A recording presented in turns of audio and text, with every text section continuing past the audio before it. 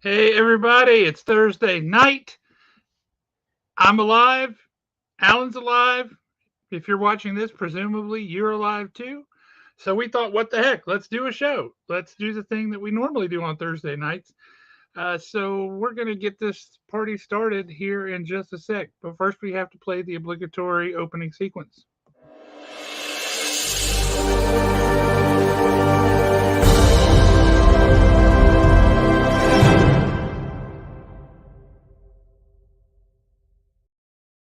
And boom, just like that, we are back with Shop Talk from Haven Comics, home of the world's greatest comics and best people. Also, very modest. We're a very modest crew. Speaking of modesty, I would like to introduce you to my co host, Mr. Alan Breedlove. What's Yeah, happening, Mr. Modest? modesty's never really been my strong suit. Oh, yours either, huh? Yeah, it really hasn't. So we did figure out something very important today, and I would like to share. We have figured out that the possibly the best couple in Marvel would actually be Scarlet Witch and Daredevil Interesting. Why is that? because they've both lost their vision. Mm. Oh, I'll see myself out. oh, oh, wow. Too soon, bro. Yeah, it was a little too soon. For anybody that tunes in late, you might want to rewind that and check that one out. I got one. Oh well, if you got one, let's hear it. Okay. Yeah, let's hear this. I have Iron Man's suit made out of iron because Hawkeye used all his Quicksilver. That's awful. Yeah, yeah, that was awful. Or what would you call Iron Man without a suit? What? Stark naked.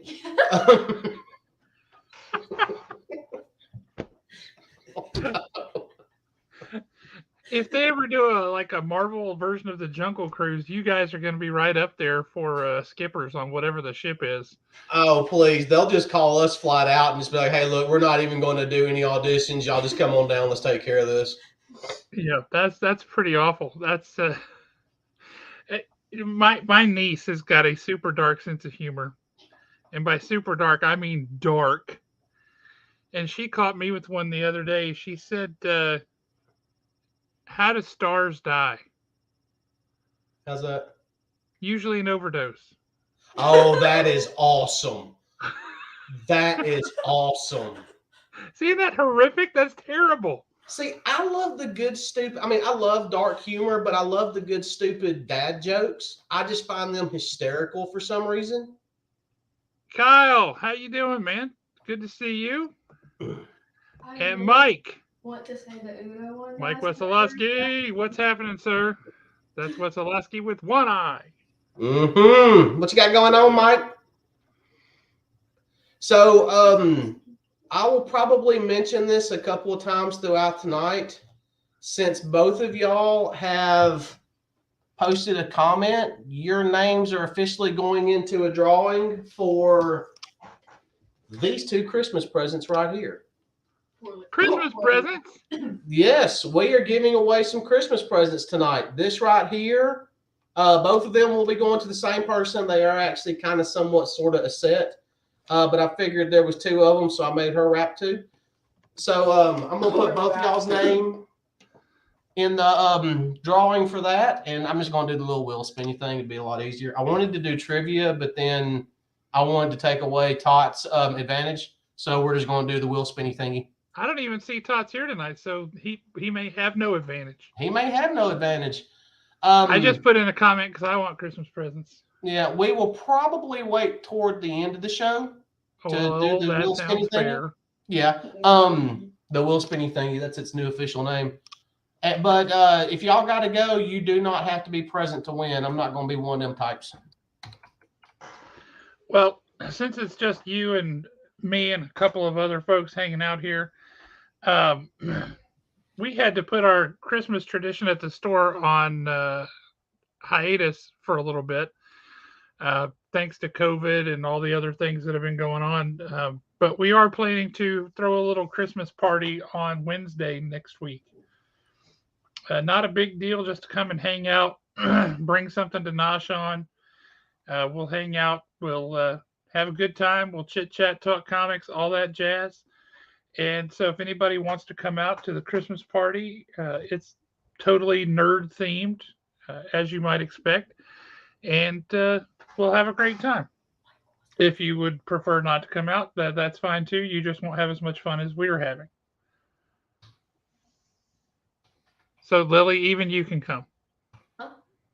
Yep, she is now officially out of school. Already? Yep, I she don't have to take exams. she exempted out of all of her exams, so she was actually laid up all day yesterday and all day today and was fit to be tied and bored. And I'm like, come on, you need to read this comic book because we're going to end up talking about it tonight. And she read it, and we're here. Well, heck yeah. Oh, that's awesome, Mike. We look forward to seeing you too. So, speaking of comics, I know you like to always start things off with some cool comics that you have read or that you picked up. And since I've been out of town this whole past week, I am not caught up on my comics. Well, then I will not spoil anything, but hey, we do. I do need to be honest about this. When I first saw and heard about store folios, I thought that's kind of dumb. And then for some reason, I ended up buying one. I think I got like $20 off Amazon. I mean, they're not bad at all. I actually love this thing. I mean, if I've got a few books and I need to just bring down here, or what I did with it for a couple of weeks was I actually I didn't have any bags or board at the house, and I didn't want the books curling up on the end. So I took all the books and kind of crammed them in here, and it kept them nice and flat until I got bags and boards. That's pretty awesome. There's no store folio is complete unless you've got all your stickers. That's true. I see a Haven sticker. I see a sticker from Jeremy Bernard. Yep, and we also got the shiny Haven sticker, and then the two bros in the back. So two bros. They're not sponsoring. Yeah, none of these people have sponsored, but they can anytime they want. Man, I wish you could come too, Kyle. I think you're a good ways off though. I mean, you can still come. It's just a heck of a drive, I think. Where is Kyle? Texas, if I remember right. Texas. Yeehaw. That's a ways out there. If Kyle, if you end up winning the prizes, they will be shipped to you. We'll just need to get your address from you. But as far as comic books are concerned, jumping back to last week, we will just go ahead and start off with what I was hoping was going to be like the biggest, massive comic book of the week last week. Yeah. And that is Gargoyles #1. How was it? I'm going to be honest. Oh, Columbus, Ohio. Y'all have about 18 feet of snow right now, don't you? Didn't y'all get hit with some snow? That's, I believe, maybe. Everybody seems to be getting hit with a lot of snow this year. It's a very snowy year. As far as Gargoyles #1 is concerned, I got to be honest with you. It actually fell flat for me. Okay. It's one of those where #1, it definitely has the vibe of the TV show. It definitely picks up where the TV show left off. Maybe fast forward just a little bit, not too much though. I actually started rewatching the TV show because of the comic book, and I forgot how much I did enjoy the show. But like I said, it definitely still has the same vibe. The characters are there. There were a couple of characters I was kind of, I really didn't remember them. But I think the reason why it fell flat for me, and I talked to Bill Fisher about this, and he was kind of the same way. It was like they spent a little bit too much time telling you who was who and who was with who. Yeah, so just trying to establish things, right? Yeah, it was a little bit too much established when I think something like that could have been spread out over a couple of issues. I definitely want to see where they're going to go with it because there's still a lot of characters that we had in the TV show that are not in the comic book yet. But as far as your main gargoyles, everybody's, I mean, it's literally everybody's in the first issue. And the first issue pretty much does, yeah, for lack of a better way to put it, it pretty much does take place on a rooftop or somewhere close to one, with everybody kind of coming together and then introducing you to who all everyone is. I do feel like it's got a lot of potential. It's just we'll just have to see where they go with it. Yeah, I kind of have the same rule for comics that I have for TV shows, right? Like I'll give a TV show 3 episodes. I'll Yep. give a comic 3 issues. Um, if because sometimes just getting started is hard, and you know the right pieces are there. It's just making sure that you set the story up right and all those things. So I'm willing to forgive a story that starts off a little bit slow. I'm actually a little more forgiving with comics. I will actually give a new comic series about 10 issues. I don't Of course, a know. lot of series these days are limited series, right? Yeah. Yeah, they really are. But the only comic book title that I cannot give more than 6 issues is anything X-Men. Hang on, there's Tots. There he is. Tots! So, Tots, since you made a comment, your name has officially gone into the wheel. We are giving away a couple of Christmas presents tonight, and they will still be wrapped when you get them, if you get them. I will tell you that I had posted on Facebook, if the names Snapdragon and Grapple mean anything to you, great. If not, let's just say that they are more to them than meets the eye. So you are officially in the drawing now. Mike, I understand what you're saying, but sometimes, especially if it's a new writer to that particular title, or if it's or if they're literally just starting, it really, the first art does say a lot about what's going on. But that actually kind of leads me to another comic book, and this comic book right here is the textbook example of why I say 10 issues. This is Batman number 130. We're far beyond 10 issues. But this was the beginning of, we had a few issues back, the beginning of Chip Zdarsky's run on Batman, on Batman. Yeah. This, depending on who you ask, this is technically the end of his first story arc. And you really and truly have no actual ending and no closure.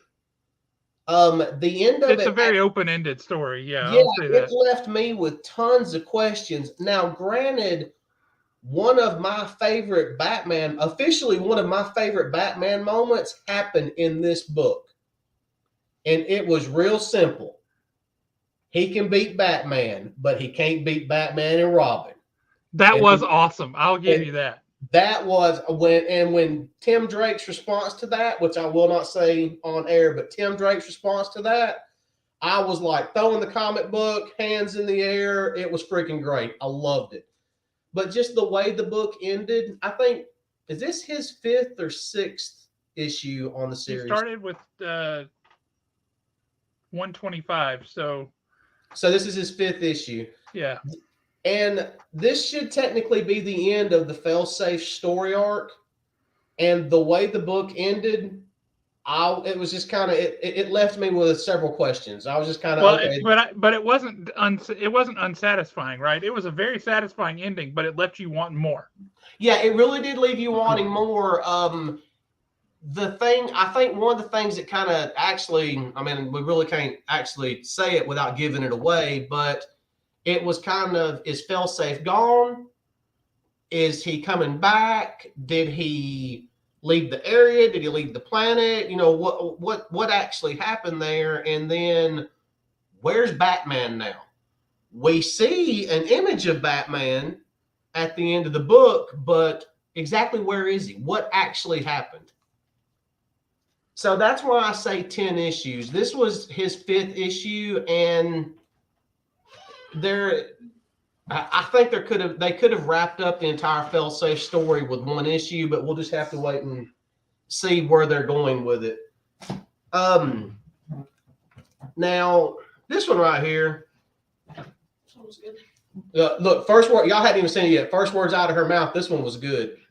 Fantastic Four #2. See, that's one I've missed since I've been out of town. I can't wait to get my hands on that. Okay, so we will not spoil it for you. The Bug read this one this afternoon. She was actually excited to read this one. It's like the first issue, except this is Sue and Reed's story. Okay. I don't want to give anything away. But well, just tell me this: did you like it as much as you liked the first one? Yes. Yes. You know how in the first one it was kind of this sad, sweet, bizarre little story? Yeah.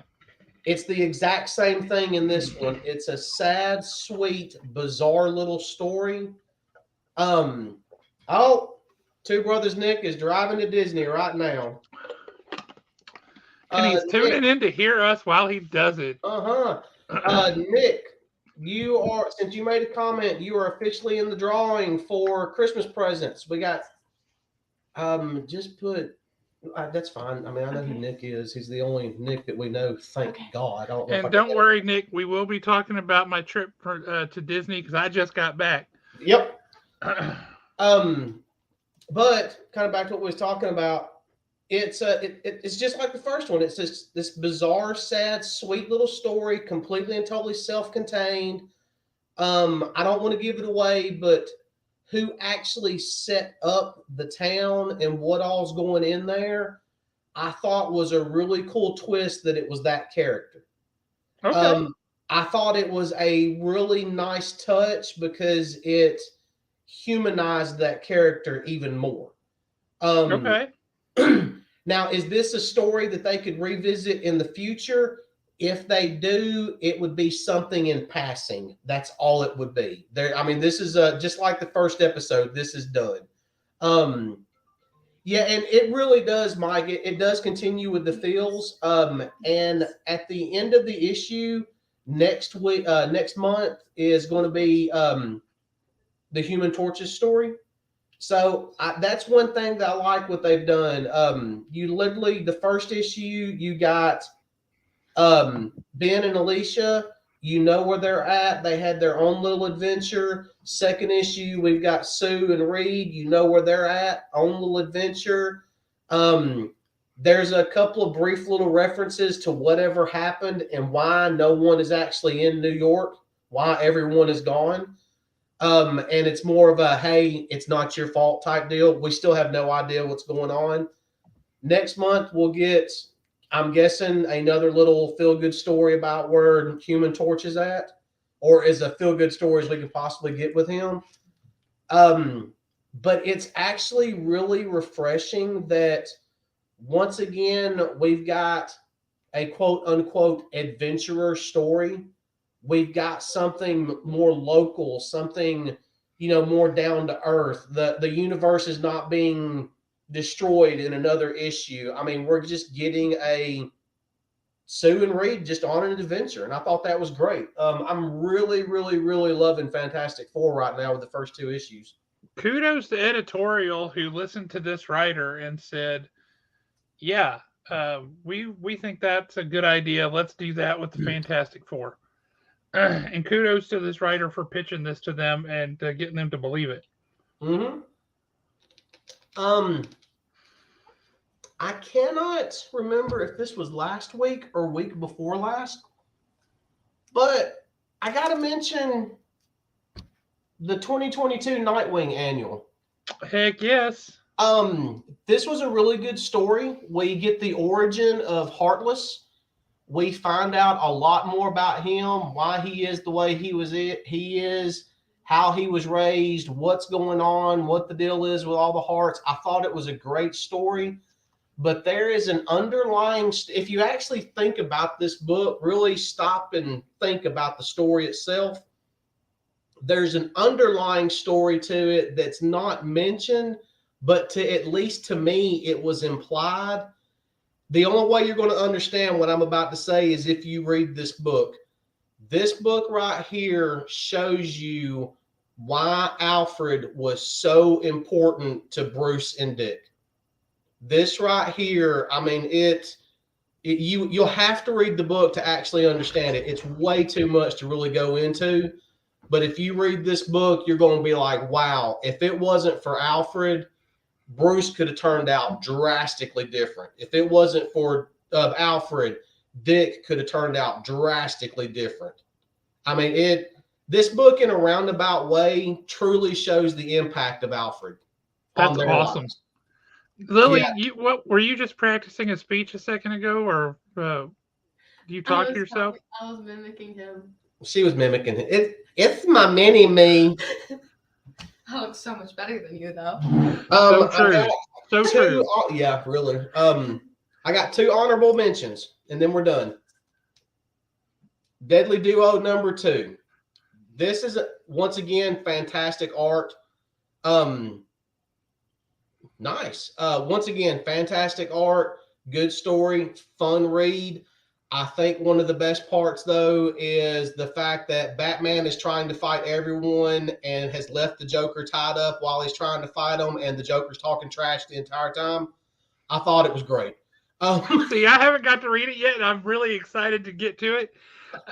That's hysterical. When he talks about this Like bold, Joker is like the commentator, like bold move, Cotton. yeah, dude, he's that talking kind of thing. trash. There's one part that I could not quit laughing. They basically fall off a building, and Joker's like, "Oh, we're gonna die. It's a bold strategy." It's stupid stuff. That is fantastic. Yeah, but this definitely honorable mention for the fight scene. I really like what they're doing so far with this. Next honorable mention, and y'all should have known this was going to be an honorable mention. I've been preaching this one since issue 1. If you're not reading it, you are missing out. Daredevil number 6. The reason why this is one of those that some people might consider it a filler issue. Everybody's got the filler issues. We kind of survive off those some days. The reason why I like this one is you get a brief cameo in it that you're not expecting. I like the way Zdarsky pretty much. Is it Scarlet Witch? No, it's not Scarlet Witch. You guys, we have a bigger audience now. Tell your joke again. This is awful. So we have discovered that the ultimate power couple in the Marvel Universe would actually be Scarlet Witch and Daredevil. And the reason why Scarlet Witch and Daredevil? Because they've both lost their vision. Oh, there's a special place in hell for you. Yeah. But see, we just lost a viewer because of that. Yeah, we lost a viewer because of that. That's okay. That's okay. It's going to happen. They're like, that's out. I'm out. Yeah, they're just like they showed themselves out the door. I mean, that was great. But no, you do get a cameo in this one. There is, while Daredevil's doing his thing on the island, you get a little adventure going on with Elektra and some of the folks from the island. No, it's not Spider-Man. At the end of it, you do get, I mean, if for anybody that's reading these and anybody, and I'm not reading Punisher, but anybody that's reading this, and I have been kind of piecing it together, Punisher also, they're headed toward a showdown. They're headed toward a fight. Everybody knows that. It's the only thing that makes any sense. They need to build toward that, and that's going to be a lot of fun. And they start building toward that on the last page of this book. I mean, this nice. Once again, Chip Zdarsky proving that, I mean, he knows what he's doing. I mean, it was a good read and everything. It was a solid read. About halfway. He knows how to end a book with you waiting. It's like, where's the next one? Yeah. Let me tell you what, he could definitely teach,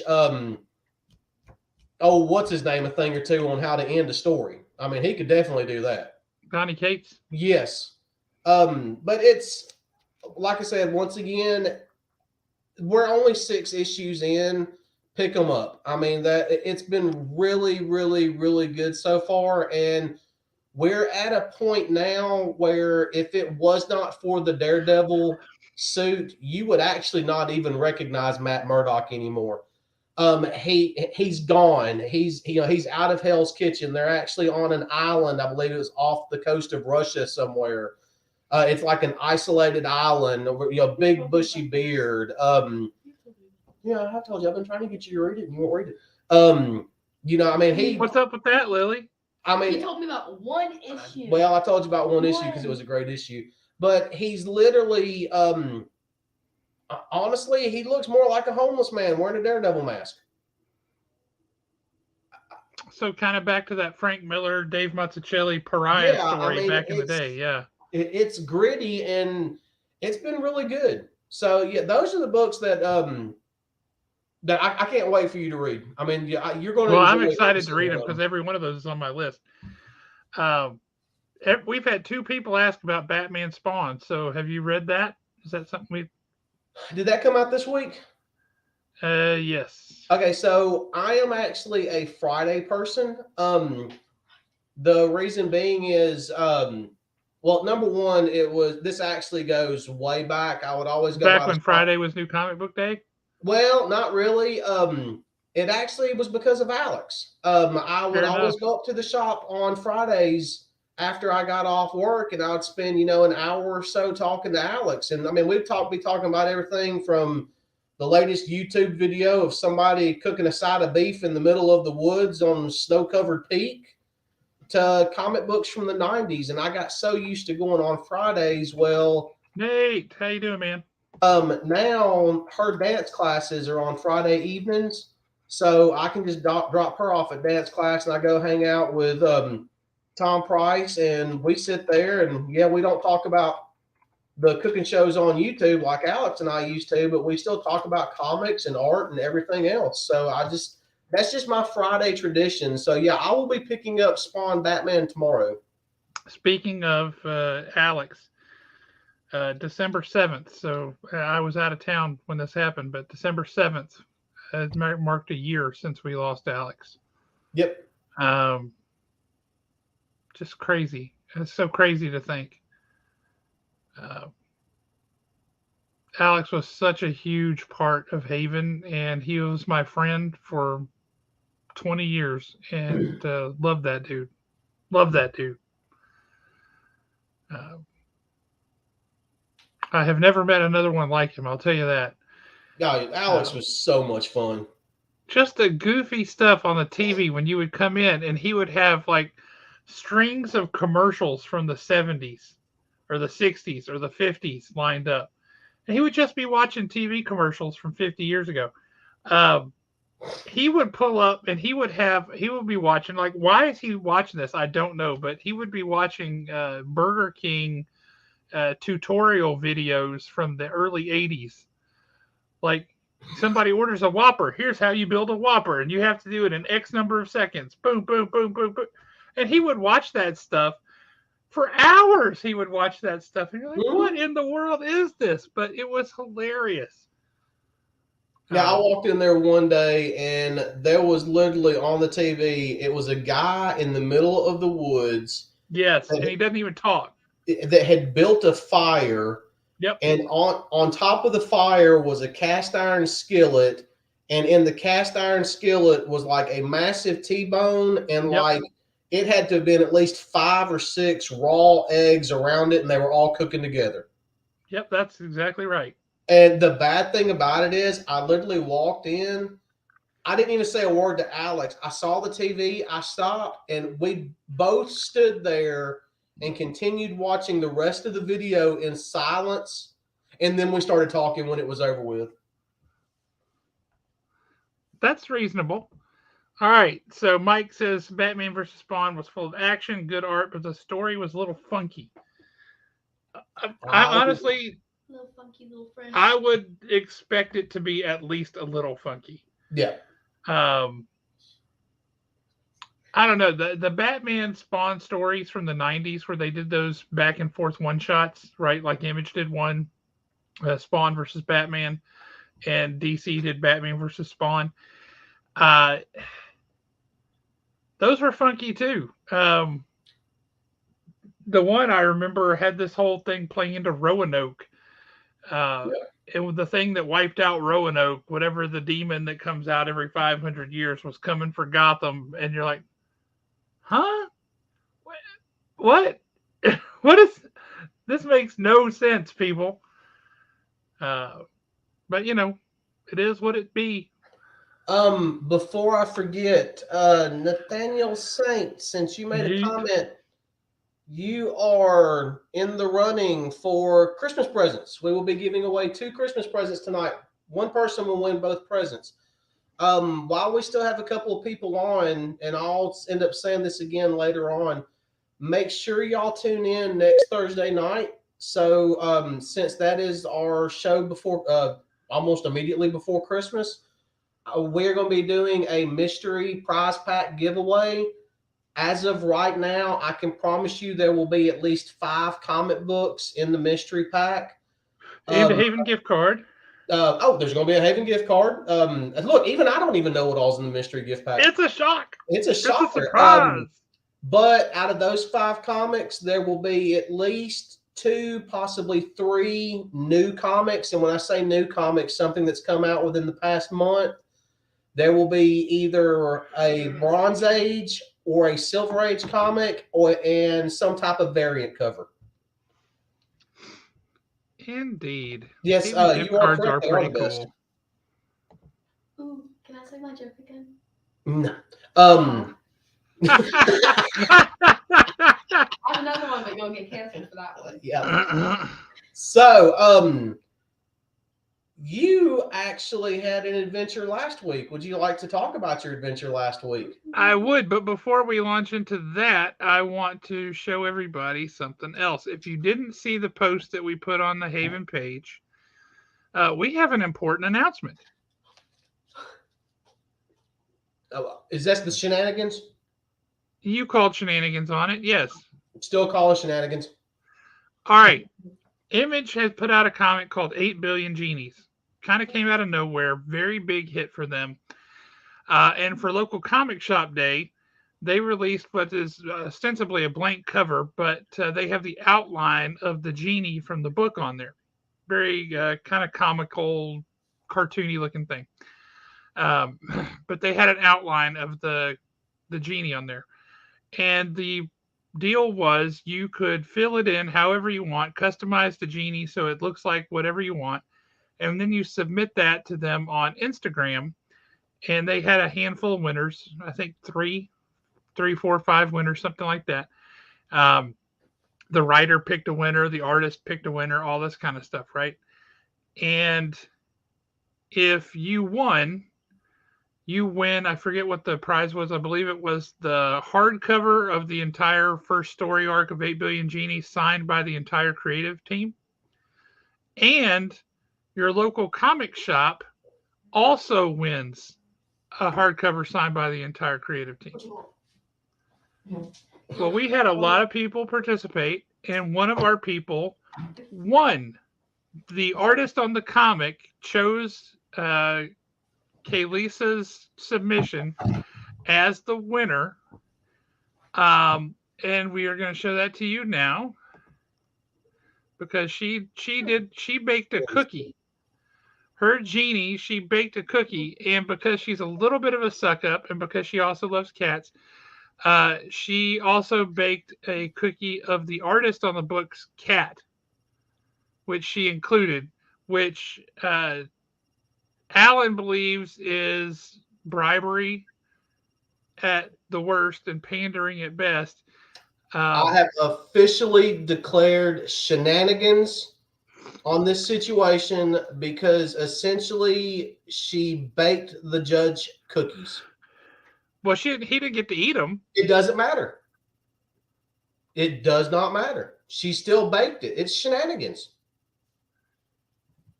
I thought it was pretty awesome, and she won. I will agree. A win is a win. That's right, Nate. Nate, don't tell anybody. I'm really just upset that I didn't think about it first. But you know, could have baked it. You could have done a rack of ribs in the shape of a genie. No, see, I'm a fat country boy. I would have done like some chicken and dressing in the shape of a cat that looked like a genie. That works. Yeah, that's what I would have done. But look at that, y'all. Kaylisa won. That's awesome. She gets a cool prize, and Haven gets a cool prize. So sweet. So next time you see Kaylisa, congratulate her on her win. She probably not on here tonight because she knows that we're going to talk about this, and she gets real shy. But congratulate her on her win because this is awesome. So my big question about it is, did she eat the cookie? Did somebody get to eat the cookie? Was the cookie I good? believe Mike ate the cookie. Okay, was the cookie good? As I understand it, it disappeared very quickly. So the indication is, yeah, that was pretty good. Well, no, She's that a phenomenal baker. If you don't know that about Kaylisa, she is a fantastic cook and particularly a phenomenal baker. She is really, really good. But I mean, you got to think of it like this, though. That cookie to somebody like me is like a crumb. So naturally, it's going to disappear fast. That's not Well, an look at the indication size of it. That thing is an entire comic book. No, that's tiny. We need. I mean, was it chewy? Was it crunchy? I need details. Well, we'll ask Mike about it. Okay. We'll have to get the details. Now, the cat, that looks like a one bite cookie. The rest of it, that genie's pretty big. Yeah. Yeah. But yeah, she won. So awesome. Congratulations. Nick says he needs cookie. You need to come and interrupt the D&D game again. Yes, you do, because that was hysterical. And it's all good, brother. But yes, anybody who doesn't know, and Nick, since you're listening and you're driving to Florida, I just got back from Florida, and I just spent 7 glorious days at Disney World. I can tell you the weather could not have been more perfect. The high temperature was in the low 70s. There was not a drop of rain anywhere to be seen, as opposed to here where it was nothing but rain for 2 solid weeks. Hey, night, Kyle. You have a good one, brother. So that was pretty fantastic. Now, that big storm that is taken Florida and Georgia and South Carolina today, you might miss that. It might be gone by tomorrow, Nick. I don't know. But it's definitely headed through Florida and up the coast there. And it's supposed to be pretty cold and gross weather-wise. But one of the things I want to talk about is Star Wars Rise of the Resistance. And in general, all right, yes, that's exactly what I want to talk about, Nate. What is it? Black Spire Outpost on Batuu is what they call it. That's what they call the area. And it's got 2 rides in it at the moment. Smuggler's Run, which is you're on the Millennium Falcon, and Rise of the Resistance. The land itself is massive. It's built to hold a crowd. The walkways are really wide, all these things. But then the way they designed it is very much like a Middle Eastern or Northern African kind of a bazaar, like a marketplace, a souk. So you just go from place to place along this narrow street, and it's got all these lamps and things hanging there. Really, really cool. Really well done. The sound effects in this place are phenomenal. And you just don't think about it, but at some point you're sitting here on a rock and you hear a spaceship fly overhead, and you hear it go from one side to the other. You hear it when it punches out and hits the hyperspeed. You hear all that stuff. And you're like, what in the world is that? But it's so cool. Off in the bushes and things, off the paths, you can hear people walking through the thing. You can hear critters growling and yipping and howling and all kind of things. Really, really well done. It's a very immersive experience. You don't go in there. There's no Mickey Mouse bopping around. There's no nothing. Even the Coca-Cola products come in shapes and bottles that look like little thermite detonators, like Boosh, the bounty hunter, had in Return of the Jedi. I would agree with you there. That's the one thing is, and that was a very purposeful decision that Iger made. I disagreed with him when he made it. I still disagree with him. But the only way to know for sure whether he was right is to wait for 20 or 30 years and see if it has the appeal to all the young people now who are like, ooh, Kylo Ren, Rey, these are all the things, the First Order, all that stuff. That's Now, do you think that? Because I mean, I've got my own opinion of Galaxy's Edge, but do you think the current incarnation of Galaxy's Edge that you just saw, do you honestly think it's going to be around in 20 years? Or do you think it'll be redone? I think it will have additions and may have some minor changes, but I don't think it's going to be redone. And now, I'm glad you said that because that was my problem with um, Galaxy's Edge. Yes, it's very big. It is a comfortable area. There are parts of it you don't feel like you're in a crowd that size. We went the first year it opened. It was insane. My problem with it is for an area the size that it is, I felt like there should have been more to it. Well, and there was originally supposed to be other attractions. Yeah. They just got put on hold. There was supposed to be an attraction where you ride a bantha, like legit outdoors. You can climb on the back of a bantha. That's it. That would be fun. That would be awesome. That would be fantastic. Well, Nate, yeah, they said they're moving past the trilogy, but I think what they really meant was they're getting away from the Skywalker story. It's a huge world full of all kinds of people, and we've only focused on a brother and a sister and their dad, right? Mostly, that's who the focus of the story has been on. So it's a massive world, and I think they're going to keep it this way. But Kylo Ren looks pretty cool, but that's about it. He's not a cool villain, to me. He's no Darth Vader, right? Darth Vader has more readers for the Darth Vader comic book than the regular Star Wars series has. Because it's so good. Is there a Kylo Ren comic book? No, there is not. You know why? Because nobody cares. They just don't care. Now, this is kind of nitpicky by me, and I know it would be an extreme pain. I would love it if they moved Docking Bay 7 over to Galaxy's Edge and had it all over there together. Docking Bay 7 is by Galaxy's Edge. It's right in the middle of it. It has a giant ship on top. No, Docking Bay 7 was like Docking Bay 7 is the restaurant. I thought Docking Bay 7 was the museum that's over close to over back behind Disney Junior. And no, that was the launch bay. That was the preview center before they opened up Galaxy's Edge. Yeah, the launch. See, I wish they'd move all that over there. Well, that wouldn't really fit in though, because it was like a preview center of here's some stuff that's going to be here, and here's some meet and greets, but it wasn't. It wasn't in the world, right? It felt like props, kind of like Star Tours. Yeah. When you walk up, you can see that once you get on the backside of the giant AT-AT, that it's just fake. It's just two-dimensional. Yep. And over in Star Wars in Galaxy's Edge, that's not the case. Everything is three-dimensional. It's all real, right? It feels real anyway. The way the cast members are all dressed is cool.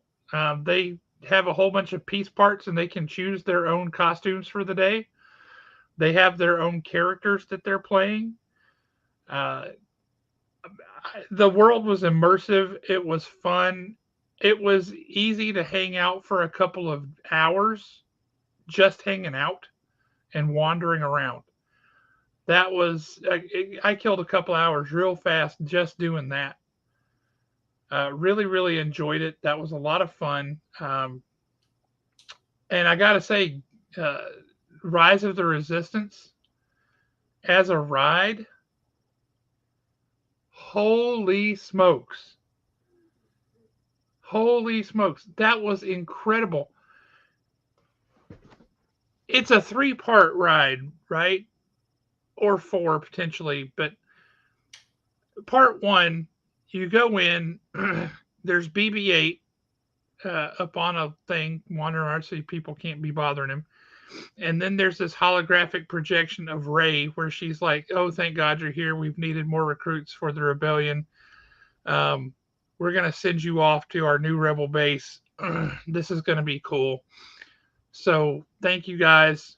Peace out. They're going to show you to the shuttle and get you out of here pretty quick." And you're like, "Okay, cool." Well, then you go to a transport and you walk in the door. You take off. You've got one of the Mon Calamari is what's his name, Captain Beck, something like that. It's been a couple of years. I can't remember his name. He's the captain of the ship you're on.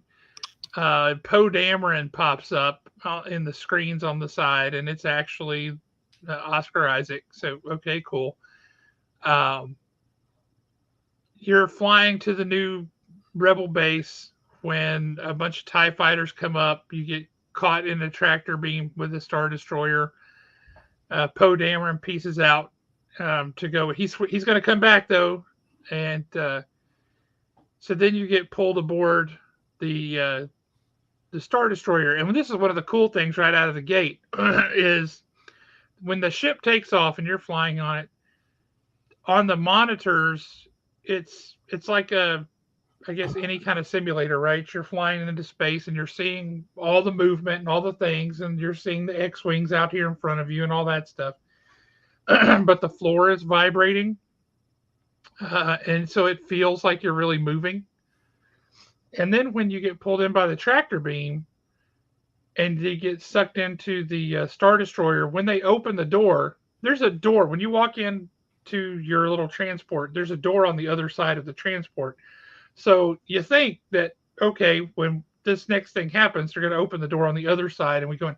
They open the same door you came in. Mm-hmm. And you're like, okay, how did they do that? Because now I'm in a different place. Now I'm standing in a freaking Star Destroyer. An Imperial officer or a First Order officer walks onto the ship, starts telling you all that you're captured now, you're all rebel scum, and you're going to be questioned and all this stuff, and you're coming with me. And you're looking in this massive bay, just like in any of the movies. There's just a ton of stormtroopers lined up out here. And beyond them, like 40 feet tall, are these massive bays opening off into space where you see ships flying by and all these things. And you feel like you're in a movie, man. You're on set, you're in a movie, you're in space. Holy cow. And then they break you into little groups and send you to jail cells. So, hang on, time out. When you come off the ship and you see all the stormtroopers and you got the scene unfolding where it looks like you're in space and everything, you know how when people come off of it, they automatically kind of just start veering over toward that hallway to walk through that scene? Right, right. I went the opposite direction. And I am literally snapping pictures left and right. I mean, I'm just like a kid in a candy store. And my son comes running up behind me and he goes, "You can't do that. You're going to get in trouble." And I snapped on him. I went, "Boy, I have been waiting on this since I was your age. They are not stopping me from this moment." I spent my time. I took my time taking pictures, looking at everything. I mean, but this is what you see. Yep. Right?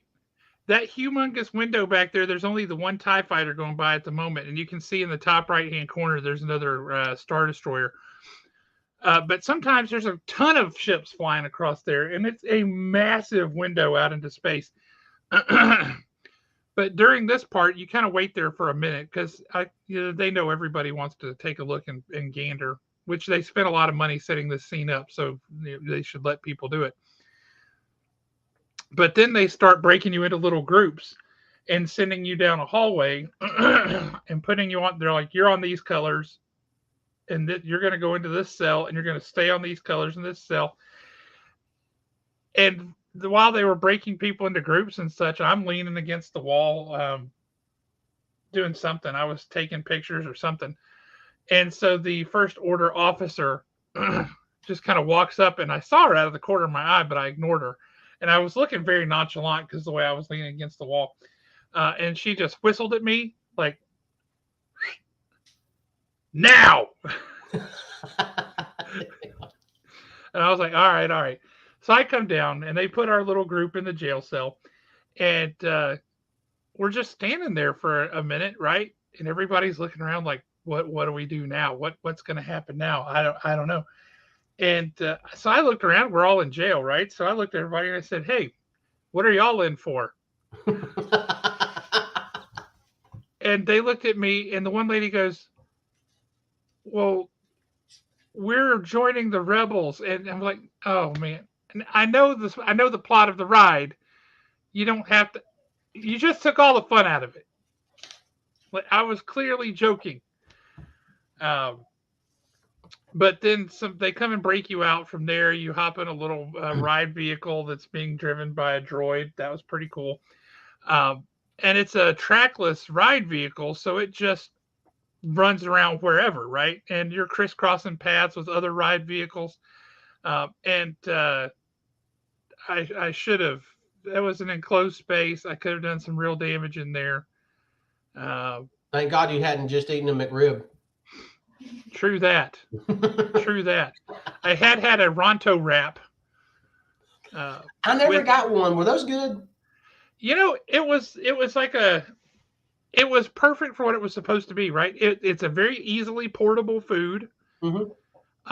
It was like it's just like good street food you would find somewhere. Like you travel to Paris or Hong Kong or Bangkok, wherever. Every culture has street food, right? Something you can grab and go.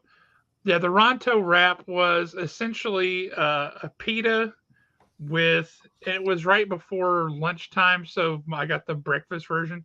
But it's got a sausage in there with some eggs, some cheese, and a peppercorn sauce. It was good. It was really easily portable. It was a good size. I liked it. It wasn't like anything to write home about, but it was good.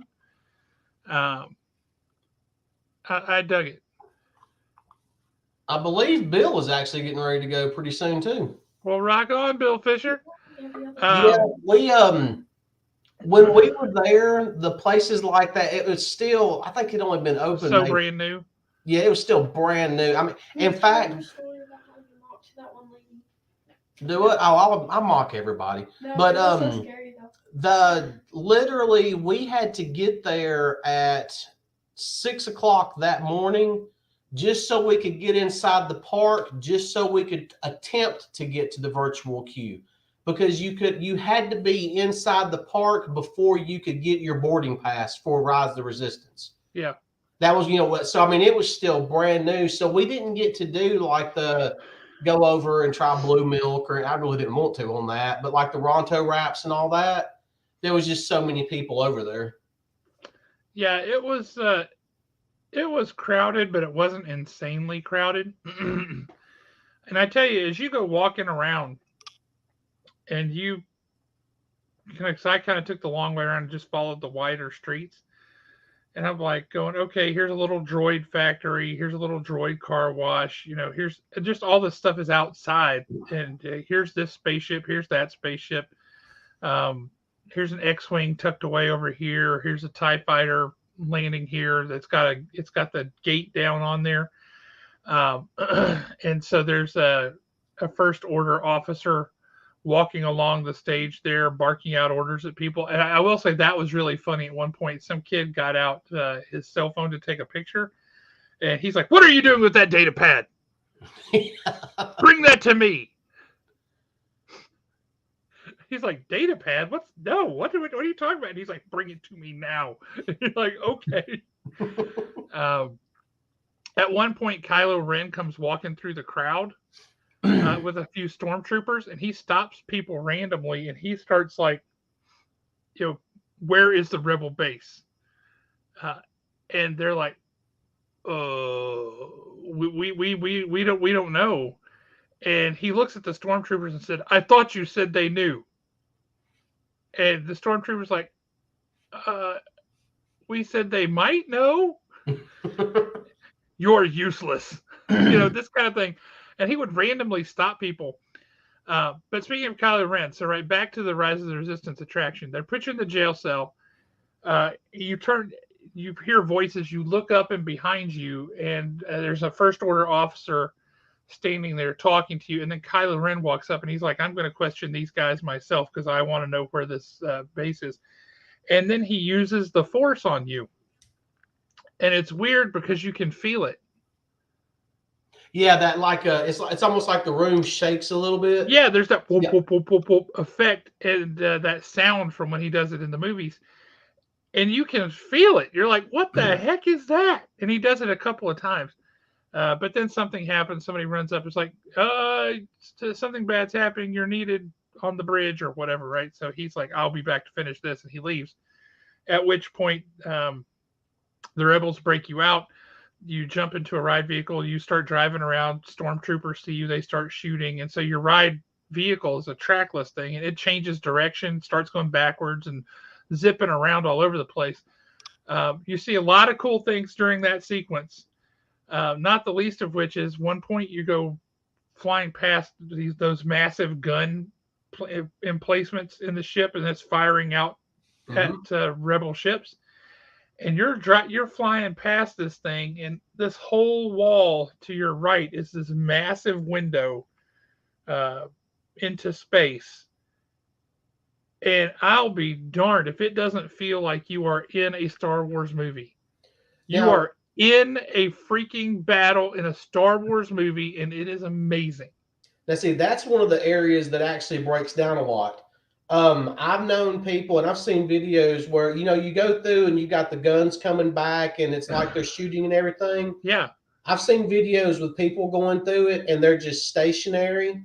I've seen videos with people going through it, and they're going back like they're shooting, but there's no sound, there's no lights. For some reason, that area breaks down a lot. well, it was working just fine when I was there, and it was Good. amazing. Because that whole thing, I mean, you're watching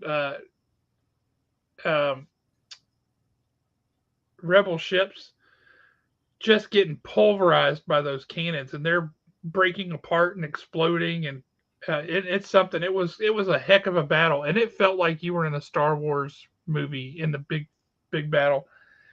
And then at the end, your little vehicle drives up like, oh, this Star Destroyer is about to be destroyed. You've got to get out of here. You got to get out of here. So you pop into this little like escape pod kind of a thing, and you're still in the vehicle, and then the vehicle drops into space. It kind of goes backward. It like drops down and backwards, and I'll swear to goodness, it does feel like you are falling into space. And the actual vehicle does drop about 30 feet. Yep. But that's an incredibly well done effect because it's got this weightless kind of moment of whoop, and then the little escape pod flies you back to Batuu, and you crash land, and you're like, oh, thank God, here we are. Guess we got out of here. So my wife absolutely hates heights. She does get motion sick, and she despises anything that will drop her. Well, I knew that drop was in the ride, and I also knew that there was nothing that was stopping this family from getting on this ride, so I never said a word. Here's the thing about it, that for anybody that doesn't like that stuff, that drop is so fast and so smooth. Yes. It did not affect my wife at all. She did not even realize that we fell that far.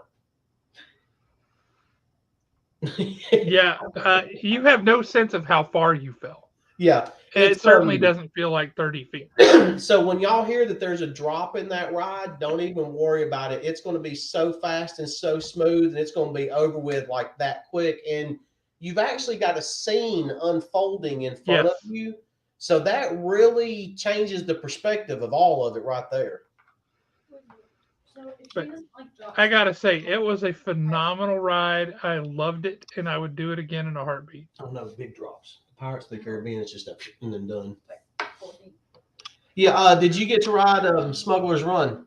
I did not. I had I could have, but the way the day was going, we needed to go, and so I opted not to ride that one. I had heard that Smuggler's Run is fun if you get the right job on the ship, but if you don't, then it's really boring, and nobody wants to be the engineer. So smugglers, and that is correct. I mean, if you're a pilot or a gunner, it is fun. Lily and I were pilots, but it's one of those. It's a one and done. If I never ride that ride again, I'm just fine. I mean, For me, it was worth it just to go to finally make the circle around all the streets and everything, yeah.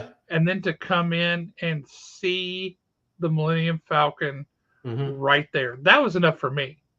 The One of the Millennium Falcon was amazing. one of the coolest things about Smuggler's Run is actually the queue, because when you're going up, you can actually look down on the Millennium Falcon when you're walking through the queue area. Yeah, I agree with Bill. It was a nice ride. It was a fun ride, but it's a one and done. I mean, it was a Star Wars flight simulator. I mean, that's really and truly just what it was. Well, Hondo is at the end of the ride. You see, Hondo Tanaka is at the end of the ride.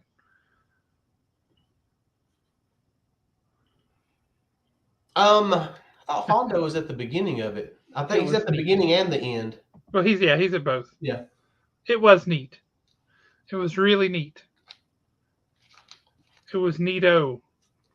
So, when you were getting ready to go to Disney, I had two requests.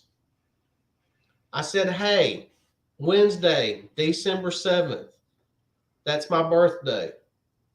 You have got to ride Haunted Mansion and eat a Rice Krispie treat on my birthday in my honor in Magic Kingdom." Did you do it? Consider yourself honored, sir. Thank you, sir. That's all I asked for. Should have brought us one home. No, we're about to go get our own. I'm ready to book a trip. Yeah, no, he's apparently they have a long lifespan, but yeah, he is in it. Yep. And he's an audio animatronic too, so that's pretty cool. Yeah, they did an amazing job with him. I mean, literally everything there they did a great job with. I mean, I'm not trying to trash any of it. I was hoping for a little more than what we got. But if they add on to it, I would love to stay at that Star Wars resort. Me too. But I'm number one, I'm not spending that type of money. And Me neither. And number two, I'm not spending that type of money to be completely and totally stuck in the resort for like a day or two for the experience. If I'm going to Disney and I'm spending that much money, my experience is going to be at all the parks every single day, going and doing what I want to do. But that's just me. I would have to say I think it would be a fun experience to do because there's story stuff going on, right? There's missions you can get sucked into depending on your alignment and how you're going with those guys, right? Are you rebel? Are you bounty hunter? Are you straight up first order? You can fall in with those guys and get different missions and things to do while you're staying at the resort, and you can be as involved in it or not as you want to be. Plus, there's the entertainment, the food, all that other stuff that goes on there. If we were to ever go, I think what we'd have to do, Alan, is like a guys' weekend where several of us go, and that way it would cost less because it would just be our own chunk of it, right? Yep. Not like the full to the wallet. Yeah. Just a little bit of a E. Oh, Bill, before Josh answers your question, since you made a comment tonight, you are in the running to win these two presents. I will be doing the drawing at the end of the evening. We will also be doing another giveaway next Thursday night. One of the things that I really enjoyed about Star Wars Galaxy's Edge was all the various little shops and things.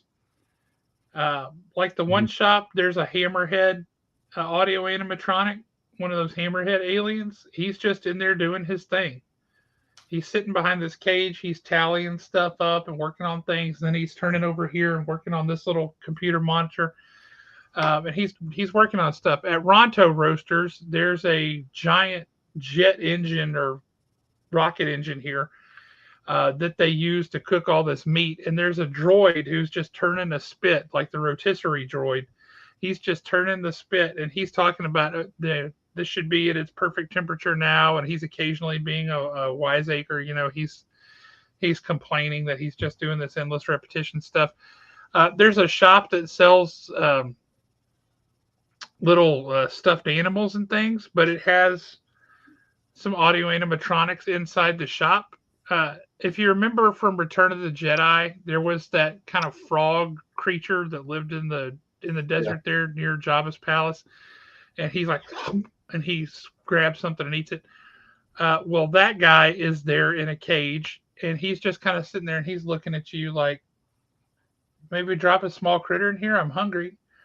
And then there's this other little turtle-looking creature over here, but it's just little cool details like that they didn't have to do, but it adds a lot of immersion to it, right? It puts you further into the world. Really, really enjoyed it. Now, did you notice the droid tracks on the ground? Oh, yeah. Like you said, it's the small details that they didn't have to do is what makes it. Well, there's droid tracks in certain places, but outside of the town itself, right, out on the outskirts, there's animal tracks on the ground. And there's that one vehicle crash, right, where that vehicle clearly just boom. And so it's in a crater, and it's got broken bits everywhere. All kinds of really cool stuff. I had a really good time. Ryan Williams, man, how you doing, brother? Ryan Williams, you are now in the running for Christmas presents.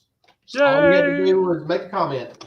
Christmas presents. Yeah, I actually told my wife the other night. I said, "Hey, you need to pick a long weekend, and the bug and I are going to Disney World that weekend. We're going to fly down, hit a couple of things, and fly right back." Because I'm about ready to go myself. I'm in need of a Rice Krispie treat, Pirates of the Caribbean, and Haunted Mansion. I've been ready to go back since. I gotta say, Andor is really, really, really good. I enjoyed Andor. It was a little bit of a slow burn at the beginning, but once you get to the final, 4, 5, 6 episodes, man alive, is that good. You wear a size ASM 135, huh? Well, that's funny because I wear a size 1964 Daredevil #1. Yeah, I have not watched Andor yet. So good. I'm actually on vacation Christmas to New Year's. So I plan on binge watching the Santa Clauses, Andor, and a couple of others. Andor was surprisingly good, I have to say. Avatar, Land, or Star Wars? Actually, the bug just answered it, and believe it or not, she said Avatar. Okay, Bug, I want to hear that. Why is that? The rides are better. You think the rides that Flights of Passage and Navi River Journey you think are better than Rise of the Resistance? Mm-hmm. And then the stuff walking around, like when you're walking around, like the stuff there. I think it's better. I think it's beautiful. I think it's very well done. But it doesn't hit any nostalgia buttons for me like Star Wars does. Galaxy's Edge hits a lot of nostalgia buttons for me because it feels like Star Wars. To me, the coolest thing about Galaxy's Edge is seeing the Millennium Falcon lit up at night. I thought that was really cool. Oh, I wasn't even there at night, so I didn't even see that. It's just the way the lights hit it and everything. It's just a nice little effect. But as far as Pandora over in Avatar, Nick, if you have not been to Pandora at night, you got to go. You've got to go at night. It shuts everything down. It is so beautiful. I mean, just what all they've done over there with I the mean, nighttime the visual. bioluminescence of all Yeah. the different things is just fan-freaking-tastic. I'll give you that. Yeah, that it's nothing else compares to it. Yeah, no, it is very, very beautiful. And I will say this too: the Navi River journey is a fun little ride. Mm-hmm. It's just pretty, right? There's nothing big going on. There's not much plot. Yeah, The shaman is calling people to come and do a thing. What the thing is, Lord only knows. yeah. But that audio animatronic of that shaman at the end of that ride, holy smokes, it is well done. I really can't compare Flight of Passage to Rise of the Resistance just because they are two totally different rides. I can't Um, compare them because I don't fit on the ride vehicles for Flights of Passage. so I can tell you the first time I rode Flight of Passage, that is the only ride that I had ever ridden at the time that legit made me smile like an idiot. Just everything that's going on with it. I smiled like an idiot during Rise of the Resistance, but for completely and totally different reasons. It was the nostalgia. It was Yep. I was a kid again. Yep. I was actually somewhere I had dreamed about being. Yep. Me personally, I'm not a big fan of the Avatar movies. I wasted 3 hours of my life just to hear the word unobtainium. My God, that was so stupid. Beyond stupid, but yes. Yeah. But as far as the actual Pandora land, I think it's great. I would put it on the same level as Star Wars Land. I don't know if it would actually be better than Star Wars From an Land. engineering feat, absolutely. The fact that the way that they achieved those floating mountains and all that stuff, that was Yeah. pretty amazing. And I the will say waterfall this coming time was off of kind of them. funny as Leslie and I were crossing the bridge from Discovery Island over to Pandora. There was a Imagineer was talking with a couple of people, and he's talking about the transition of the bridge and the way that the sounds change as the visuals change, and then he's talking. We weren't following them, but sometimes he was going the same way I was going, or I would go around and I would go somewhere else, and then 2 minutes later he would show up with those people. So I was getting a little lecture on this, that, and the other of how they do the various things and how they accomplish some of those feats. But yeah, from an engineering perspective, from a creating a whole other world perspective, they did an amazing job with Pandora. So the first time that we rode Flight of Passage, and I'm going to tell off myself, I was a complete and total idiot. I felt so stupid about halfway through that ride. She was 5 years old, and we are, we're all in the ride. Everybody's on their own little ride vehicle. I'm sure you've seen pictures of it. It's kind of like a motorcycle you sit on. You are completely locked. But you're inside a sidecar sitting on that motorcycle, and that's why I can't ride it because I can't get my knees under there far enough so that the things can latch behind my calves. I thought it was the first time we went. It was the second time. Okay. Whichever one. She was either 5 or 7. We're going to argue about this all night long. But, when you ride that thing and you've got the glasses on, you're riding it, you actually feel like you're nosediving riding that Banshee. You feel like you're going straight down. I mean, the way that they've done it, it really messes with your perception of reality. I mean, it's a phenomenal ride. You can smell the flowers that you're flying over. You can feel water. Yeah, you can feel water misting as you're flying over the ocean at one point. You feel the Banshee breathing. But yeah, and the Banshee does breathe. But I kind of freaked out a little bit because here my baby girl is right beside me, and I feel like we're pointing straight down.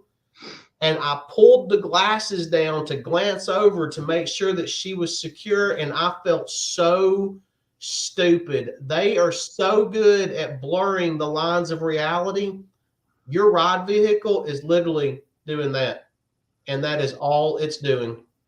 Your ride vehicle is actually barely moving the entire time. But I felt like such an idiot because I looked over, I was like just terrified that we're nosediving down into this pit. And here my baby girl is. I need to make sure she's secure. Speaking of, she ran across Yeah, there you go. Rise of Resistance is comparable with Remy. I don't think that's a fair comparison at all. The only similarity is that they're both using that trackless vehicle technology, right? Rise of the Resistance is a much more layered attraction. There's a lot more going on in it, and it didn't make me feel like I wanted to puke, which um, the Ratatouille ride did. So, Sir John, we are actually doing a giveaway tonight. And since you made a comment, you're in the giveaway to win Christmas presents. If you win, we will just need your address and we'll ship them to you. that's totally fair. That's totally fair. That's what I was going to ask you. How was the Remy ride? I didn't love it.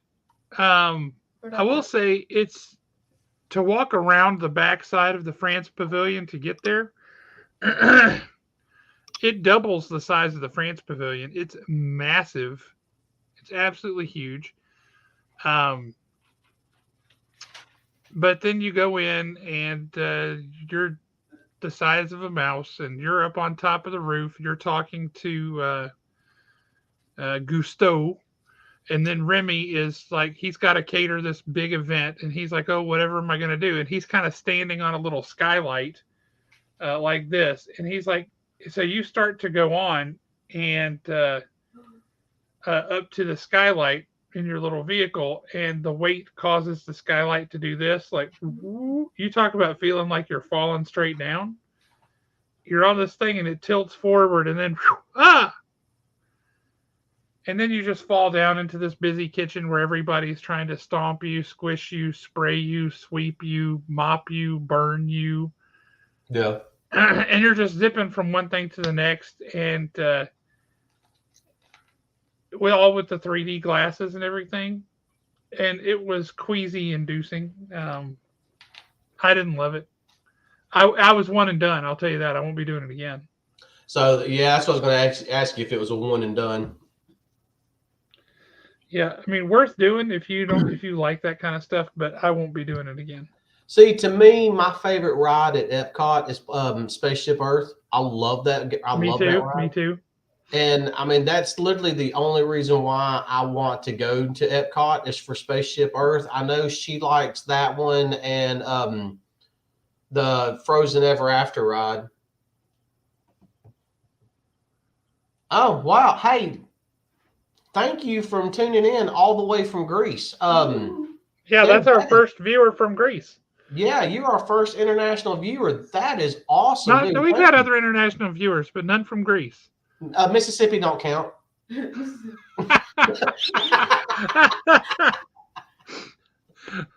We've had people from Ireland and England and Mexico, Canada. In the Greek gods. Do you believe in the Greek gods? That's a good question. Yeah, do you? Everybody does on some level. We've actually had oh, was that from the quiz show? Well, yeah, I'm lumping them together. But yeah, we've had international folks on before, but none from Greece. That's a first. That's awesome. It must be very, very late at night in Greece right now. So thanks for tuning in, man. Yeah, that is awesome. Thank you. But I'm trying to think where I love Spaceship Earth. I love Rise of the Resistance. Not Rise of the Resistance. Soarin'. I love Soarin'. I really love it if I get to sit in the top row, right, and get it higher. Yeah, the one time that we've got to ride it, we sat in the top row, and I always felt like I would enjoy the center row better. Just for the simple fact that, you know, at the top row you can actually see more of the concave toward the top area on some of the stuff. If you're on the edges, you certainly can, and the same on the bottom. On the edge. If you sit on the bottom and you're on the edge, everything kind of like a tower is supposed to be like this, and you're going to fly around the tower, but it's actually doing like this on the screen because you're where you are in the shape of the screen itself. So that was rough. But we met up with Aaron, the intern from Haven who's off at college. Met up with Aaron down there, and that was the first time he ever got to ride Soarin'. So that was cool. I will say I was very disappointed in Guardians of the Galaxy Cosmic Rewind. Really? Very. I mean, everybody that I hear absolutely raves about it. So what was I disappointing? well, here's what was disappointing. I got on there, I sit down in the ride vehicle, and I had plenty of leg room. It was super comfortable. Loved that. Go to pull down the lap bar, and it wouldn't click. So that means I don't get to ride. Oh, dude, that sucks. I did not get to ride. I was very unhappy.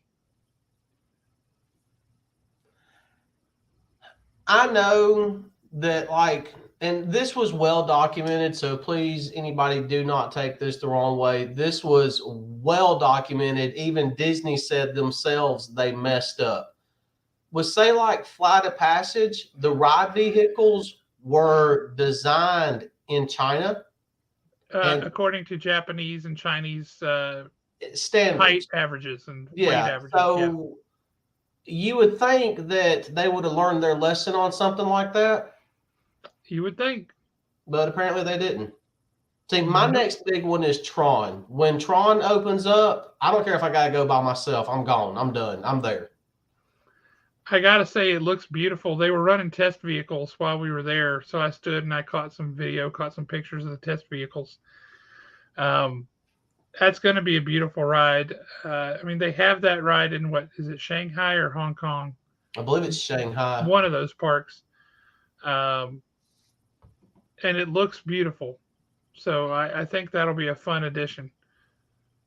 I'm anxious for them to open the daggum train back up because the train's been closed forever, and it was supposed to open really soon. I was hoping it would be open while we were there, but it was not. You know, we rode that train one time just because it's kind of like, hey, look, we've never ridden the train. Let's ride the train. I really enjoyed the train. I like the train. I mean, I was just kind of like, we're just going to ride it to ride it. And it's the same thing with People Mover. I'm like, okay, it's a simple ride. It's an iconic ride. Let's go ride it and just, hey, at least we can say we rode People Mover. And I freaking fell in love with the darn thing. I love the People Mover. Always have. The other day. Yeah, I was singing the song the other day. No, I was singing the song to Carousel of Progress the other day.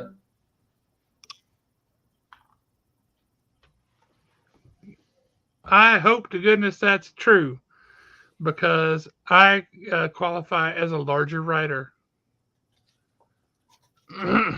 So I'm looking forward to that. What was the other thing? Because of the holidays, we got to do the Jingle Cruise. Mm-hmm.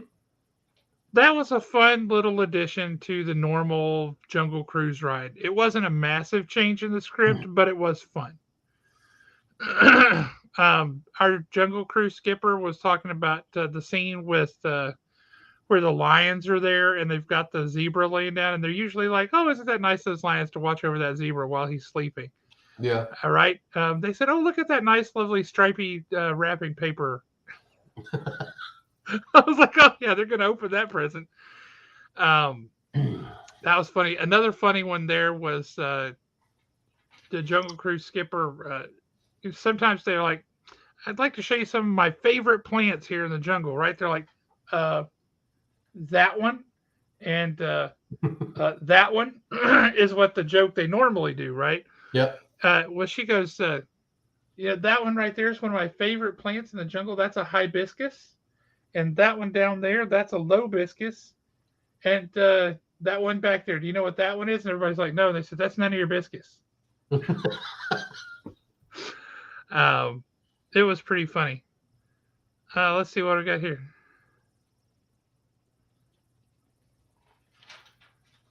Well, that sounds pretty fun.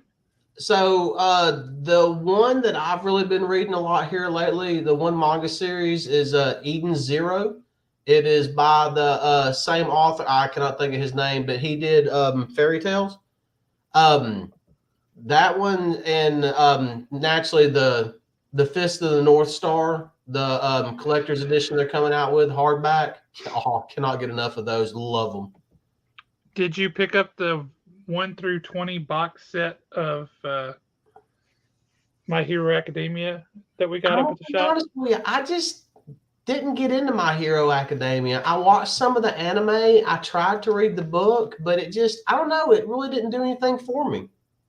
Does he need to get it for you, Lily? No, she's showing me a picture of Florence Pugh. Oh, that's fair. You think she's hot? I think Florence Pugh's hot. I'm not going to deny it. There's nothing what's wrong with feeling that? that way. Well, who doesn't think that? I mean, especially after watching Hawkeye. Yes. I mean, that was the moment. Should have watched Don't Wear It Around.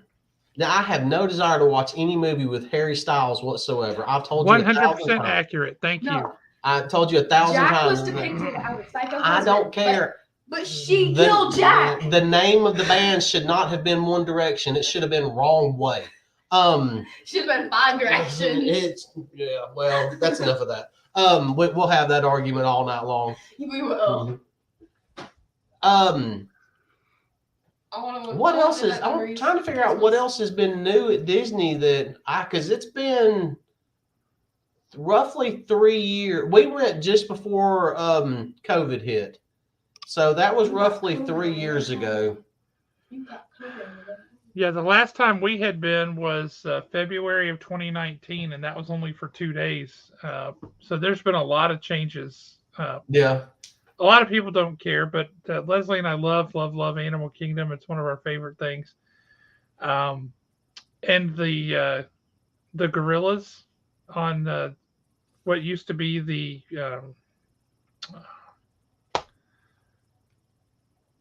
I forget what they used to call it, but now they call it Gorilla Falls Exploration Trail. There used to have 4 bachelors in the bachelor group, but one of them, the older one, died, and so that sucked. But on the family side, they now have 8 gorillas in there. There's Dad, a couple of, I think 2 or 3. I think it's 2 mature females, and then the rest are all kids, or juveniles and little kids. There's a 1-year-old baby gorilla who was cute as a button. And there's a 3-year-old baby gorilla who there's a tree in their enclosure, and she was up at the top of that tree, grabbing branches, ripping them off, hanging up there, eating all the leaves off of them, throwing the branches down, climbing back up, getting another branch. And I'm talking she's 25 feet, 30 feet off the ground, easy. And you just hang out and you watch the stuff that's going on there. That was hysterical. We had a great time watching all that. See, to me, I don't know what it is, but it's like every time that we've ever been to Animal Kingdom, it has legit been the hottest day of the entire vacation.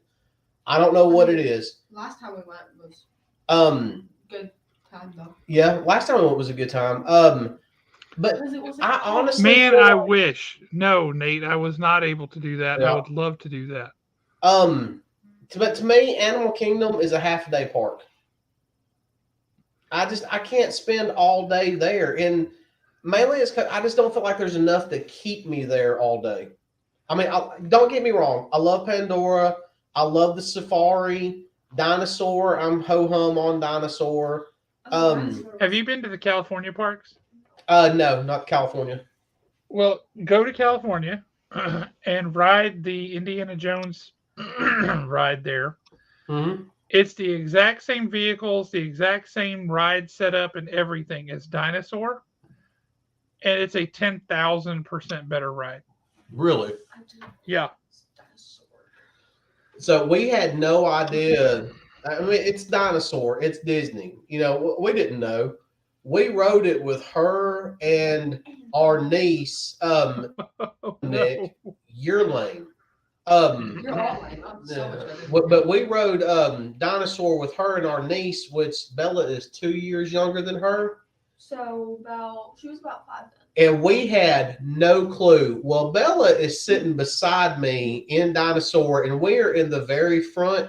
We rode it because Bella loves dinosaurs. Bet she didn't love him anymore after that. Well, you know, when you start going down, Bella weighs like 20 maybe pounds. 25 pounds at this point in her life. She's a little girl. I felt her starting to lift up off the seat as you're going. Yep. And the bad thing about it was they were so much younger when we rode it. When we got off the ride, there were employees in that gift shop walking up to both girls going, "Did y'all really ride that?" We got stickers that said "I They conquered started, dinosaur." they started giving them stickers and little buttons that says "I conquered dinosaur" and everything. They were so impressed that these two little girls had ridden it, and I'm sitting there thinking, "Hell, I'm impressed their mama rode it." Now you talk about employees coming up to make sure you're okay.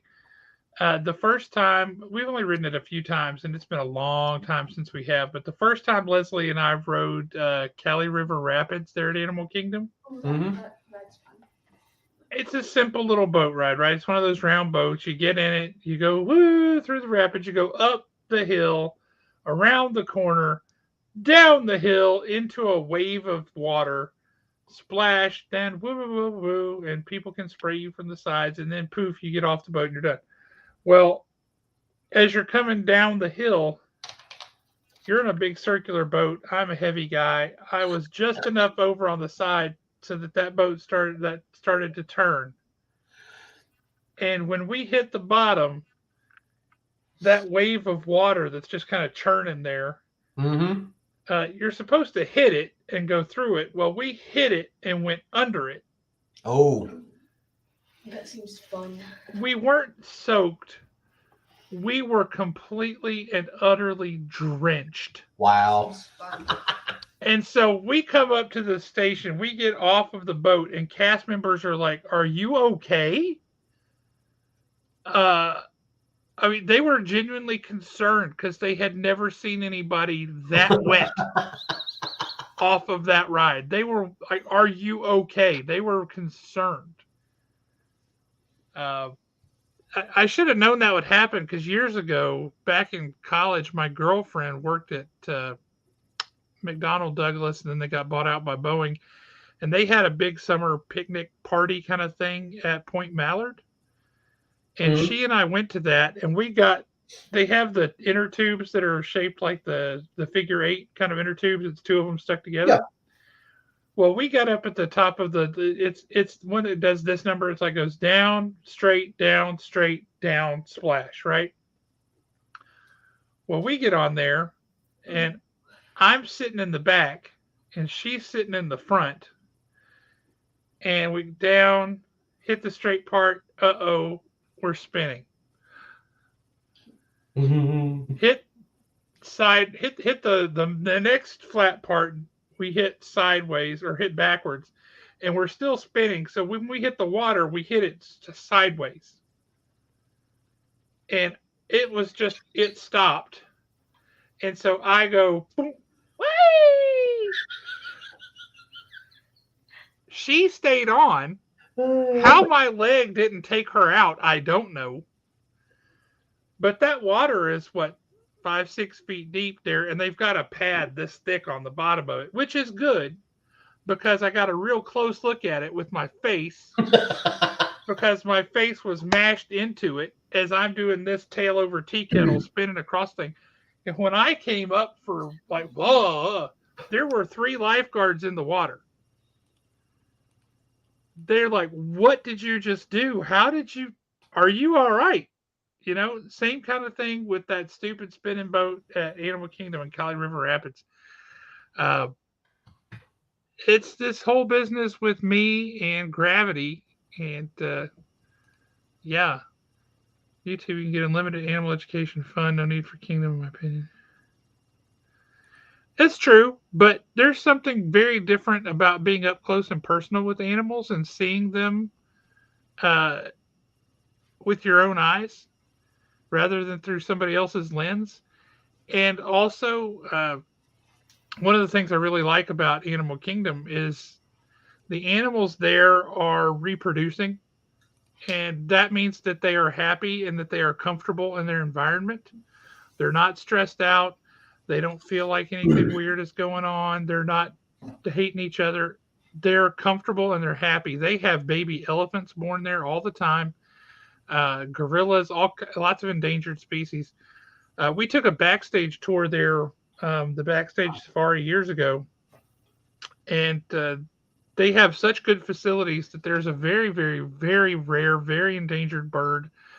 It's a kingfisher from the island of Guam that was the predominant bird on Guam until World War II when planes started landing and they had snakes in the landing gear, and the snakes got out onto the island and then destroyed the kingfishers and their habitat. Because there had been no snakes on Guam prior to that. They weren't native there. The species is dwindling fast, and to try and save them, they sent a couple of them to Animal Kingdom because they've got such good facilities and they take such good care of the animals.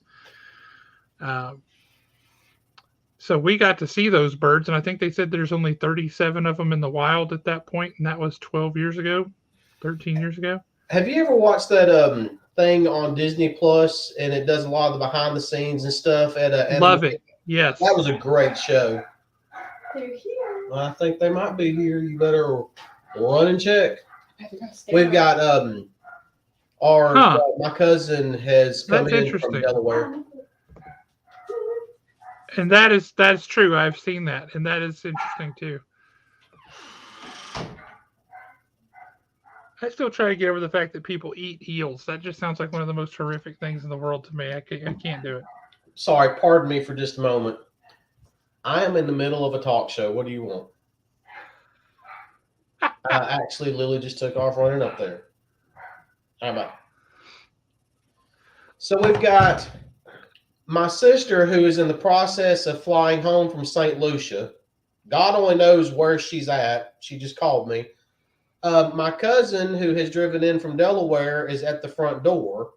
And my sister calls me to tell me, hey, you need to go let Tracy in. She's at the front door. Really? No wonder your damn dogs are going ape right now. I kind of figured somebody was here. That usually a good indicator. Either they just thought about a squirrel or somebody's there. Yep. I guess I really should have asked her why. I mean, if she's got time to call, I mean, she could have just come on the show and actually left a comment and everything. That's true. That's true. I'll bring that up. Well, man, I think we're about to the point where we need to roll up and see if we can't get some presents for somebody. Yeah, let's see if we can give these presents away. I'm going to share the screen. So he's going to share the screen, everybody. Share the screen. Golly. And there we go. Who's going to win? Let's find out who's going to win. The Wheel of Christmas Presents.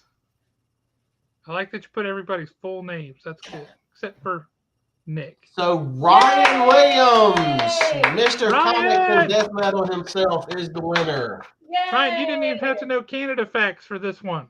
Yep, you had to know absolutely nothing. So Ryan, if you are still watching, yeah, really. What we will do is I will stick them on the top shelf at Haven with your name on them, and next time you're in, you can pick them up. I'm still not going to tell you what they are. Why? Because they're Christmas presents, and you got to open them. But if you want to re-gift those to your son, I'm sure he would love them. Do what? I said if he wants to re-gift them to his son, I'm sure his son would love them. Yep, that's actually a really good idea. I'm sure your son will love them. Like I said, next week we will be doing a mystery pack giveaway. I promise you there will be at least 5 comics. As far as what comics are going to be in there, that's even going to be a mystery for me up until I actually do it. And guess what? They will be wrapped also. So even if you win, you're still not going to know until you actually get the comics and open them up. I'm not wrapping it this time. Now we'll make your mama wrap them next time. I didn't know that you had a wrapping service, Lily. I don't. Oh, He didn't it even was. pay me. Yeah, well, you know what? Did you eat dinner this evening? No. You was eating something when I walked in the house. You were paid. Well, we could work something out though, Lily, because I am terrible at wrapping presents. It always looks like a 4-year-old who's drunk or on crack did it. And B, I hate it. I hate wrapping presents. So we might could work something out, Lily. So Could use some help. there was one other thing I wanted to talk about just briefly because it's one of those that we don't know yet. I mean, there's not a ton to talk about, but we are getting a Dungeons and Dragons mini series that is going to be based off of the cartoon that came out in the 80s. Yes, just like they did the G.I. Joe Saturday Morning Adventures and Yep. the TMNT Saturday Morning Adventures, IDW is doing a Dungeons and Dragons Saturday Morning Adventures cartoon comic book. I am all about that. I think that's going to be great. The article did say something in it that I thought was really interesting. I believe it was, they talking about everyone's still trying to get home. This is supposed to be like a lost adventure, that they had. But it's hinted at that Eric is the only one that wants to go home. They're not so sure anybody else actually wants to go home. I thought that would be kind of nice. That'd be a cool little twist. Yeah, that would be. And it kind of makes sense. So, and I'm really hoping that this actually, I think so. I'm really hoping this actually leads to something more down the future. Because, I think that would be a good series to, visit ever so often. I think so, too. Speaking of D&D, I think it comes in next week. Pretty sure it's on next week's invoice. There's the movie coming up with Chris Pine that actually looks good, which I never thought I would say about a D&D movie. But it looks good, and I'm excited about it. But they have come out with a product called Dicelings. Have you guys seen those? Mm-mm. You should look them up. See if you can show them on the screen. But it's dragons that transform into a D20. I believe there's also a beholder that transforms into the D20, and there's one other thing. I forget what. But they're called Dicelings. Diceling. Yeah. Oh, I bet that's it right there. They're pretty cool. We've got those coming in at Haven next week, and I am excited. I type hard. That's because he's an IT guy. So we're looking at now. Why is that Shop G.I. Joe highlighted? Have I been there before? Yes, I have. Most definitely. We'll click on this one right here, see if it'll. That looks like the beholder. Yeah. So this is what you're talking about. Yep, and it transforms into a D20. So you see that? Yeah, there you go. That's cool. So. Oh, there we go. This is a little better. The dragon is cooler than the beholder, I think. Yeah, just there you go. Does it matter which dragon or pick the red one because you can see it easier on the screen. Look at that. That is pretty slick. And that transforms into a D20. Nice. That's really cool. That is pretty cool. Yeah. So we'll have those. Talk about a perfect stocking stuffer, y'all. So you made a comment about D&D, and that reminded me. I did bring one other thing, and this is just kind of a little personal thing. If anybody is looking for a last-minute gift, whether the person that you're getting the gift for is a D&D fan or whether they're a G.I. Joe fan, this would make the perfect gift for somebody. Even if they don't play the game. Yes, this is the G.I. Joe role-playing game. This is the rule book and everything. The reason why I'm saying it would make a really good last-minute gift is this book is beautifully done. This is actually a book that you would want to put out on display. They did an outstanding job with, I'm trying to get to with this book, with everything that they've done with it. Let me see if we can find a fairly good picture where you can see some of the art a little better. But it would be something really nice just to collect and have around for just about any gamer. And especially for just about any G.I. Joe. Any G.I. Joe fan is going to love this book right here. Oh, yeah, it's fantastic. It's really, really good. Yeah, I was really surprised at how nice this book was. And shocking absolutely nobody. We have it in stock at the store. Yeah, if you're a gamer, you're into RPGs or you're into GI Joes and not into RPGs, it doesn't matter. This is definitely a book that you will enjoy having in your collection. They also have a Transformers RPG Yeah. and a Power Rangers RPG by the same people that have the same production values. They're both beautiful. Nick, You Nick, have a comment down there. I thought you were going to bring me some to read. He decided to go to Disney. I guess so. But yeah, I thought you said you were going to loan me something. I forget what the title was, but I thought you were going to. Bill, we both know you have uni jammies. Don't you even start that. You know you love some uni. But yeah, I was actually getting some stuff together to bring down, and I saw that G.I. Joe role-playing game book, and I thought, hey, that's one that I'm really glad that I bought. I enjoy having it in the collection. It's something very nice. And we are getting kind of to that point where, people are kind of running out of ideas, and that would be something a little bit different. So, yeah, I thought, hey, we'll go ahead and throw that out there for a gift idea. I love this kid. And her parents. That's hysterical. Yep. Here, just take this bell back. Ain't nobody need this. Take it back. That's hysterical. Oh, that's funny. Let's definitely do something like that. All right, man. Well, I think we're about ready to call it a night. Yep. Anything you want to say before we let folks go? I want to say my joke. Say that stupid joke and let's get it over with. Okay. Why is Iron Man's suit made of iron? Because Hawkeye took used all of his Quicksilver. Thank you. I'll be here until stream ends. In fact, you just got canceled because we're ending the stream on that one. That's correct. Don't forget, we have our Haven Comics Christmas party on Wednesday, 6:00. Bring something to eat. Come hang out. It'll be a blast. Low key, we're all just hanging out, having a good time, celebrating the holidays, and spending some time hanging out with each other. So hope to see everybody there. If you want to come all the way from Greece, Sir John, you are more than welcome. It's a bit of a hike, though, so if you don't, we understand. You guys all have a great night, and I know I have said it before, this is not the quiz show anymore. We changed our format, but I do like to still end with this because this is fantastic, and it makes me happy. So here we go.